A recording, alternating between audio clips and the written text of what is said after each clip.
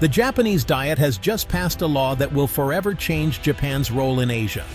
For the first time in nearly 80 years, Japan can export advanced military hardware to its allies.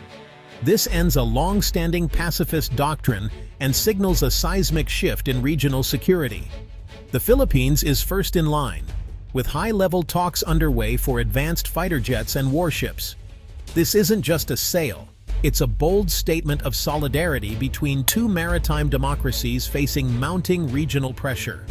The deal could see the Philippines acquire F-2 multi-role fighters and Mogami-class frigates, transforming its military capabilities. For Manila, this is a lifeline and a symbol of shared commitment to upholding international law in the South China Sea. The announcement has sent shockwaves from Beijing to Washington. For the US, it strengthens alliances. For China, it's a direct challenge. Japan is no longer a passive observer.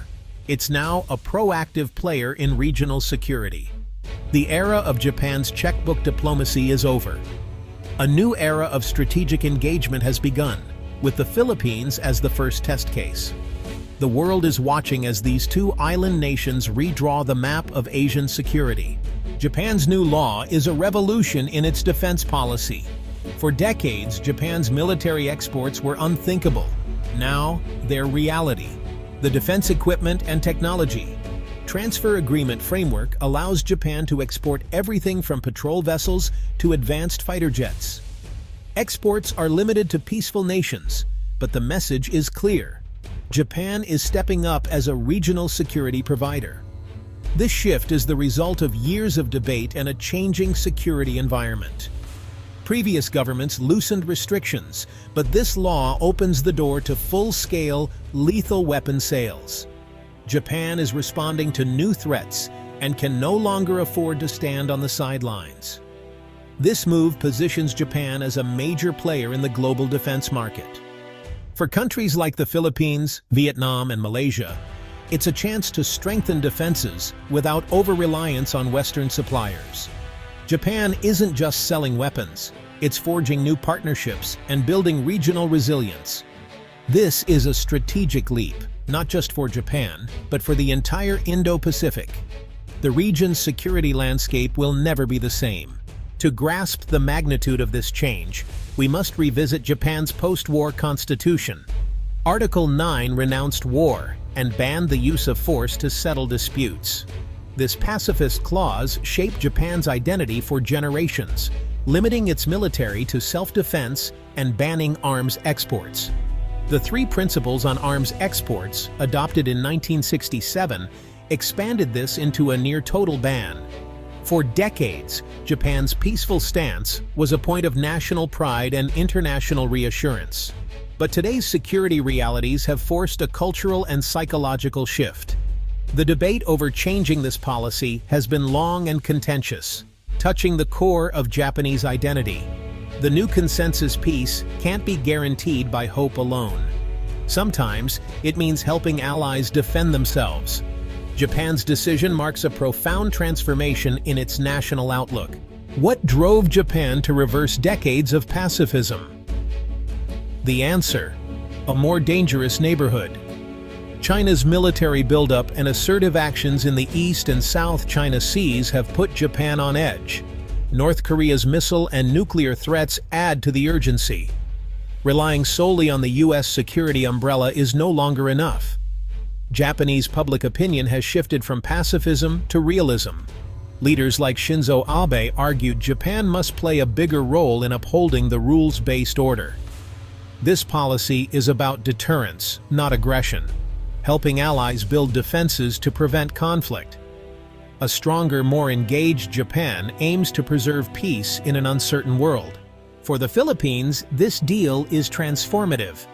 The Mitsubishi F-2 fighter jet, co-developed with the U.S., offers advanced radar, avionics, and missile capabilities.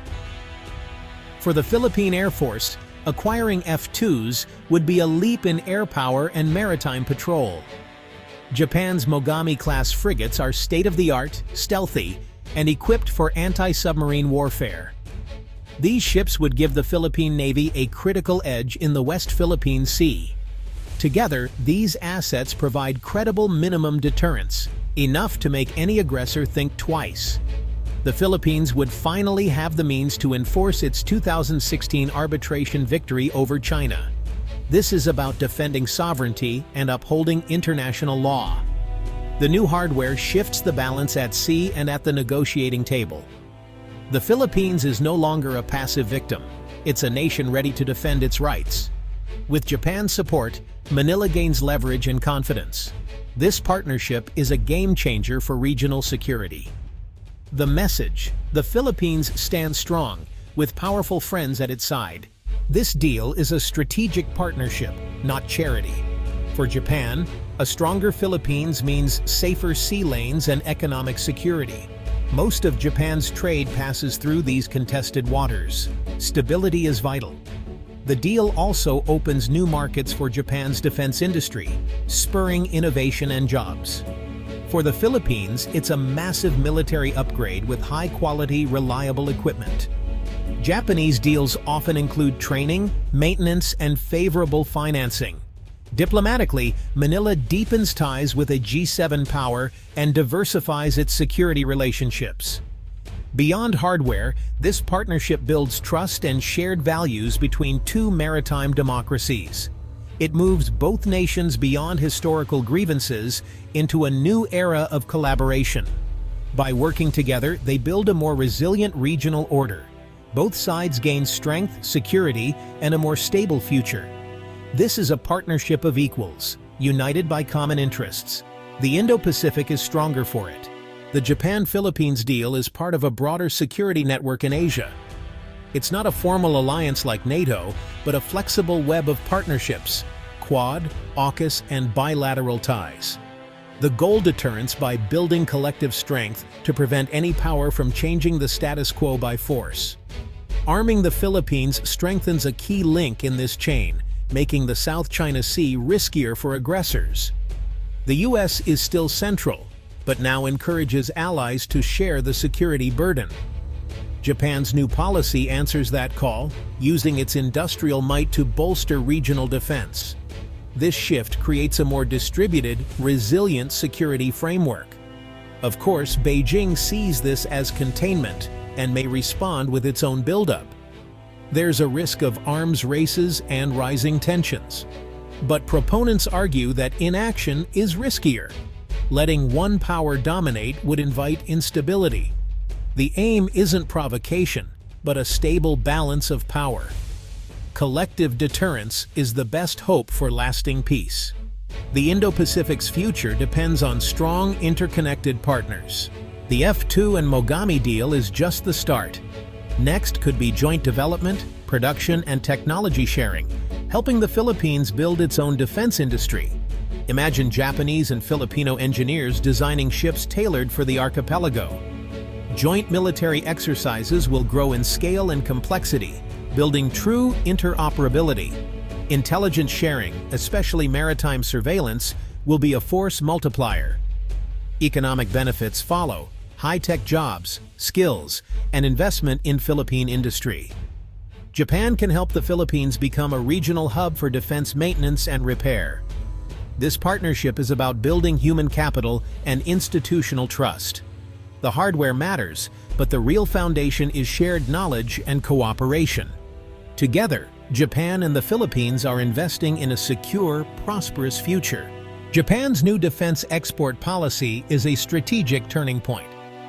It ends an era of pacifism and launches Japan as a proactive security provider. This isn't a return to militarism, but a pragmatic response to today's threats. Japan is redefining peace, actively building and defending it. The partnership with the Philippines is the first proof of this new doctrine. By empowering Manila, Japan invests in regional stability and the rule of law. This shift creates a more balanced, resilient Indo-Pacific security architecture. The future is about cooperation, modernization, and shared responsibility. The Japan-Philippines alliance is a model for others. No nation can secure peace alone. Japan now stands as a guardian of peace on the Indo-Pacific front lines.